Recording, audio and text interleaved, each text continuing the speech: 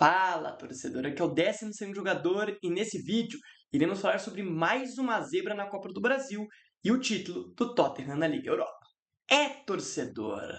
Após 45 anos sem um título europeu e 17 sem sequer levantar um troféu e acumulando vices de Champions, Campeonato Inglês e Copas da Inglaterra, o Tottenham enfim volta a levantar uma taça num jogo que tecnicamente não foi bonito, né, de se assistir. Foi um jogo que, pelo menos na minha visão, deixou a técnica de lado, mas é aquele velho ditado que todos nós conhecemos. Uma final, você se vence, você se ganha e não joga bem e tudo mais. Claro que jogando bem tem mais chance de você vencê-la, mas o futebol tem dessas. Nem sempre você precisa jogar bem e jogar muita bola para ser campeão. Basta apenas você ter um sistema defensivo sólido, um bom goleiro, que esse título pode vir, e foi basicamente o que aconteceu na tarde de ontem. O Tottenham não faz a mínima ideia de como não sofreu gols, até porque é uma das piores defesas do campeonato inglês na temporada. É claro, ontem teve à disposição o seu melhor quarteto defensivo: Pedro Porro, Romero, Van de Ven e o Dogue, e também o Vicário, que voltou há algum tempinho já, inclusive, de lesão no gol do Tottenham. Né? Eu acho que essa final da Europa League, na verdade, ela representa muita coisa. Até porque os dois times fizeram campanhas péssimas na Premier League. Tá? Os dois times são os primeiros da história, né, a vencerem a Liga Europa, esse título, estando mais perto da zona de rebaixamento do que qualquer outra coisa. Eu acho que o outro recorde era a 13ª colocação da Inter de Milão, se eu não me engano. O Tottenham é o 17º colocado da Premier League. Eu vou até conferir aqui com vocês, mas se não me engano é isso.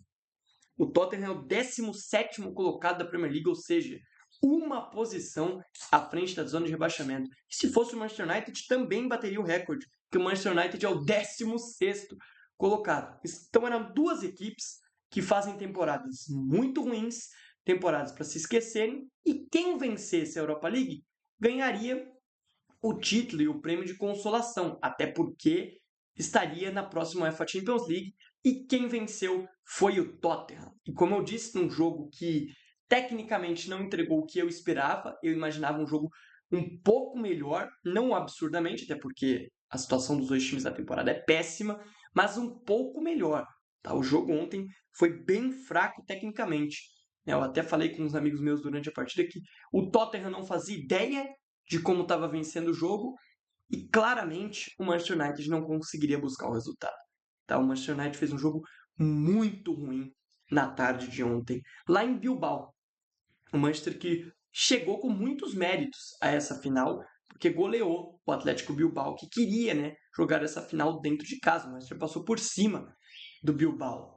Então, eu acho que o Tottenham ainda pegou um caminho mais fácil do que o Manchester. O Manchester sofreu contra Lyon antes de chegar na semis, por exemplo. Então, eu acho que o caminho do Tottenham foi até mais fácil. Mas na final, como eu disse, é aquele velho ditado: no final você se vence. Né? Passando pelas estatísticas dessa partida, 73% de posse de bola para o Manchester United contra 27% do Tottenham. 16 finalizações do United, 3 do Tottenham. 5 defesas do Vicário, goleiro do Tottenham. 0 do Onana, goleiro do Manchester United. E, pelas estatísticas, basicamente foi o que eu falei. O Tottenham não faz ideia de como venceu o jogo ontem. O Tottenham simplesmente se defendeu a partida inteira contra um time do outro lado que não conseguiu atacar de forma eficaz. O Manchester United, em vários momentos, desde o início da partida, jogou no Bumba Meu Boi, jogou no vamos pra cima e vamos ver o que dá.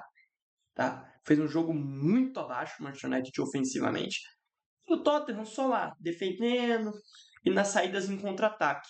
Em uma dessas saídas de contra-ataque, fez o seu gol, e até agora eu não sei se o Brennan Johnson tocou na bola mesmo, ou se foi gol contra direto do Shaw, Tem hora que eu olho e falo, ele tocou, tem hora que eu olho e falo, meu Deus do céu, foi gol contra, mas as estatísticas apontam que o gol foi do Brennan Johnson. Brennan Johnson que tem uma história muito legal ligada ao Manchester United. O pai dele jogou nas categorias de base do Manchester United, na época do Beckham, né? Naquela época que o Manchester estava naquele prime Manchester United. Eu não sei se ele chegou a estrear, não lembro agora da informação, mas que ele jogou nas categorias de base do United, ele jogou. E agora o filho dele tirou a oportunidade do United ganhar a Europa League pela segunda vez na sua história e deu ao Tottenham o seu terceiro título de Liga Europa. Tottenham, que é o primeiro campeão da Liga Europa. Não era Liga Europa o nome na época, mas é o primeiro, ganhou do Wolverhampton lá atrás, né? Mas eu acho que o que mais marca, né, a imagem que vai marcar todo mundo sobre essa final é, obviamente, o Son. O Son tem 32 anos, um jogador que está no Tottenham há muito tempo, é com certeza um dos maiores ídolos deste clube, é um dos maiores artilheiros da história, tem números incríveis pela equipe. Numa temporada em que o Son não viveu uma ótima temporada, muito pelo contrário, foi uma temporada de muitos altos e baixos do Son, e hoje, né, ontem, na verdade, ele foi coroado com esse título, o primeiro título da sua carreira. A gente sempre costuma falar do Harry Kane e tal, porque o Harry Kane era o artilheiro de Premier League, era a estrela principal desse time, junto com o Son, mas ele levava mais os holofotes. A gente sempre falou do Harry Kane, mas a gente não se lembrava, né? O Son nunca tinha vencido um título, venceu o seu primeiro ontem na carreira, ele que já foi vice de, como falei, todos os títulos pelo Tottenham. O Tottenham já foi vice de todos desde a época que o Son tá aí. E tem até, eu acho que um vice com a Coreia do Sul, se não me engano, numa Copa da Ásia, um negócio assim. Então, é a imagem que fica, né? O Son levantando o troféu. Ontem, inclusive, ele veio do banco, ele não jogou, para você ver como é uma temporada de altos e baixos. Acho que nas temporadas anteriores o Son era titular absoluto desse time. Ninguém tirava a posição do Son. Mas ontem, ele foi, inclusive, quem entrou no lugar dele foi o Richarlison. Fez um grande jogo, tá? Fez um jogo muito importante defensivamente, segurou a bola no ataque quando teve que segurar, fez um grande jogo ontem. O Richarlison e o Tottenham voltou a ser campeão. O torcedor do Tottenham pôde soltar o grito de é campeão. Agora passando para o futebol brasileiro, né, para o nosso assunto do futebol brasileiro, vamos falar de mais um gigante da Série A, né, na verdade um time da Série A. Acho que o Fortaleza ainda não é considerado um gigante, mas um dos times sensação dos últimos anos aí na Série A. O Fortaleza caiu ontem, né, mais uma zebra acontecendo na Copa do Brasil, para o Retrô de Pernambuco dentro do Castelão nos pênaltis. Por que eu estou trazendo esse tema aqui? Porque eu estou muito surpreso com a temporada do Fortaleza até aqui. Confesso que eu esperava muito mais do Fortaleza. Até porque o Fortaleza, como eu disse, vem sendo uma das sensações dos últimos anos dentro do campeonato da Série A. Vem sendo um dos melhores times aí nas mãos do Vojvoda. Mas esse ano, a temporada do Fortaleza vem sendo uma tragédia completa, né? Ontem, inclusive, em coletivo, o Vojvoda falou: não tem dado nada certo para o Fortaleza. Fortaleza faz, assim, partidas muito abaixo. E ontem fez mais uma partida muito abaixo, empatou com o Retrô na ida, empatou no Castelão, e na disputa de pênaltis, o primo do Thiago Volpe, o Fabian Volpe, goleiro do Retrô, pegou 2 penalidades e o Fortaleza desperdiçou a outra e acabou sendo eliminado. Mas como eu disse, o foco aqui é falar um pouco dessa temporada do Fortaleza.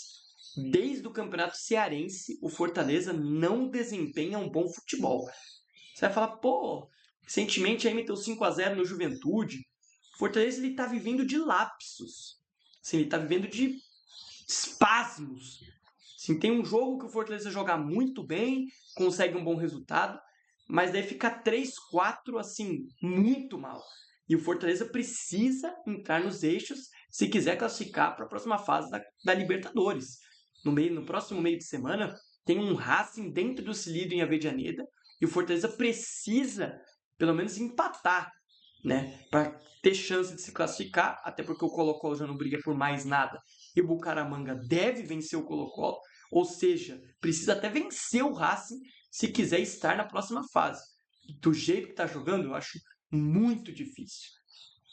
Mas como eu disse, Pode ser que no dia do jogo contra o Racing, o Fortaleza esteja vivendo um baita momento. Que o Pochettino volte a jogar o futebol que jogou ano passado, o Lucero desempenhe bem, o Marinho, o Pikachu. O time como um todo não está funcionando. Simplesmente o Fortaleza tem sido uma peneira durante toda a temporada. O sistema defensivo, que antes era um ponto muito forte, era muito difícil de você fazer gol nesse Fortaleza. Esse ano é uma peneira. As jogadas ofensivas são limitadíssimas. E eu não costumo falar isso. Mas eu estou pensando que o Vojvoda não deve ficar no cargo do Fortaleza até o final do ano. Só se o time realmente, aí, com a parada para o Super Mundial, entrar nos eixos. Mas da forma que está, eu duvido muito que o Vojvoda continue no cargo de treinador do Fortaleza. Ele é um dos trabalhos mais longevos da Série A, acho que só perde para o Abel Ferreira. É um cara que trouxe e levou o Fortaleza onde o Fortaleza está hoje. É um técnico que ninguém conhecia, que chegou e faz um excelente trabalho, tá? Com, sim, um time limitado. O time do Fortaleza não é um timaço, é um time cheio de limitações, mas que o Vojvoda sempre conseguiu extrair o máximo desses jogadores. Porém, nessa temporada, parece que as ideias não estão batendo. E o Vojvoda não está conseguindo extrair praticamente nada desses jogadores. Como eu disse, não estão no patamar mais alto, mas tem bons jogadores, como você tem aqui Marinho, Pochettino, Lucero, tem um zagueiro, inclusive, o Ávila, acho, que era cogitado em times até maiores aqui do Brasil e está no Fortaleza. O João Ricardo não é um mau goleiro. Então tem boas peças, mas que nem esse ano, nessa temporada, não estão se encaixando, não estão se entendendo. O Vojvoda tem como fazer isso? Se encaixar, voltar a dar certo? Claro. O Vojvoda, para mim, é um técnico muito bom, pelo que ele extraiu desses jogadores em vários momentos onde ninguém imaginava que poderia extrair. Então eu acho que ele pode, mas eu não sei se os resultados e o tempo vão permitir que o Vojvoda consiga novamente recuperar. Eu acho que há 2 temporadas atrás, né, foi aquela temporada que o Fortaleza habitou a 20ª colocação do Campeonato Brasileiro por muito tempo, ficou quase o primeiro turno inteiro, se não me engano, ficou o primeiro turno inteiro na zona de rebaixamento. No segundo turno fez uma campanha espetacular, se livrou do rebaixamento e ainda pegou pré-Libertadores. Mas eu não sei se, como eu disse, né, eu não sei se o tempo e os resultados permitirão que o Marcelo Paz mantenha o Vojvoda no cargo. Inclusive, a torcida do Fortaleza tem sido muito crítica ao próprio Marcelo Paz, dizendo que o ciclo dele já se encerrou. E aí, torcedor, gostou desse vídeo? Se gostou, eu espero que você possa deixar o seu like e também se inscrever aqui embaixo no nosso canal. E, obviamente, ativar as notificações para sempre recebê-las quando eu estiver ao vivo e quando sair vídeo novo. Além disso, se puder seguir as minhas redes sociais, tanto no Instagram quanto no TikTok, que estarão aí na descrição, vocês vão fortalecer demais o meu trabalho. Até uma próxima, valeu, fui e tchau!